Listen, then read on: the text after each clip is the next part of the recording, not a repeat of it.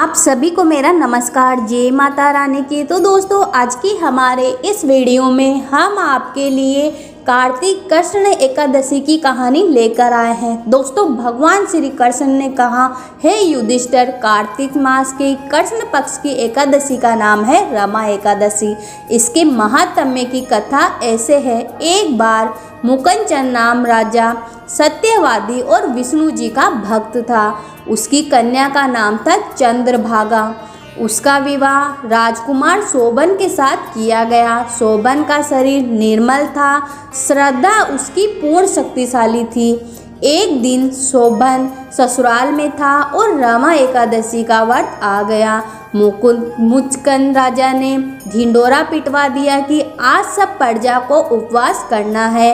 हाथी, घोड़े, ऊंट इत्यादि पशुओं को भी अन्न मत देना।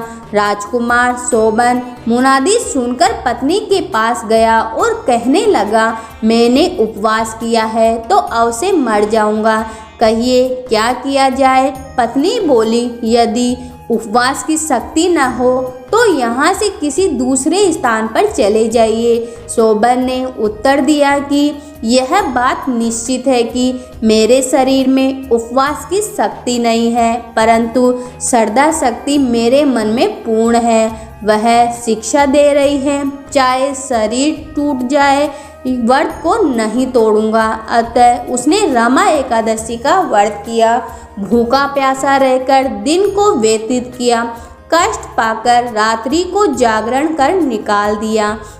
प्रातः होने से प्रथम प्राण त्याग दिए। व्रत के प्रभाव से उसे इंद्राचल पर्वत पर रत्न जटिल उत्तम नगर प्राप्त हुआ।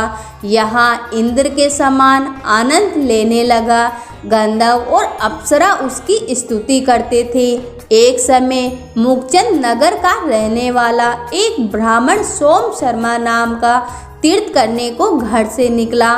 घूमता घूमता उसी नगर में पहुंचा जहां राजा मुकचंद का दामाद स्वर भोग रहा था।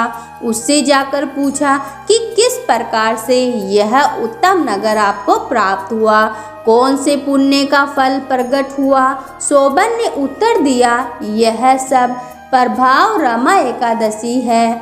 मेरे जन्मों के अनंत पाप रमा एकादशी व्रत करने से नष्ट हो गए और यह अनुपम नगर प्राप्त हुआ। परंतु यह नगर अध्रुव है। ध्रुव बनाने की शक्ति एक मेरी पत्नी में ही है, अतः उसे यह शुभ संदेश अवश्य देना। ब्राह्मणों ने घर आकर चंद्रभागा से ये सब समाचार कहा और उसे मद्राचल पर्वत पर मुनि वामदेव के आश्रम ले गया। मुनि ने चंद्रभागा के मंत्रों द्वारा अभिषेक किया। वह दिव्य शरीर धारण कर पति के पास चली गई।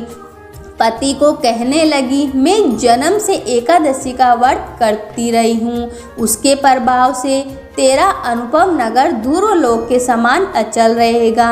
इस महात्म्य की कथा सुनने से भी विष्णु लोक की प्राप्ति होती है। तो बोलो भगवान विष्णु जी की जय हो।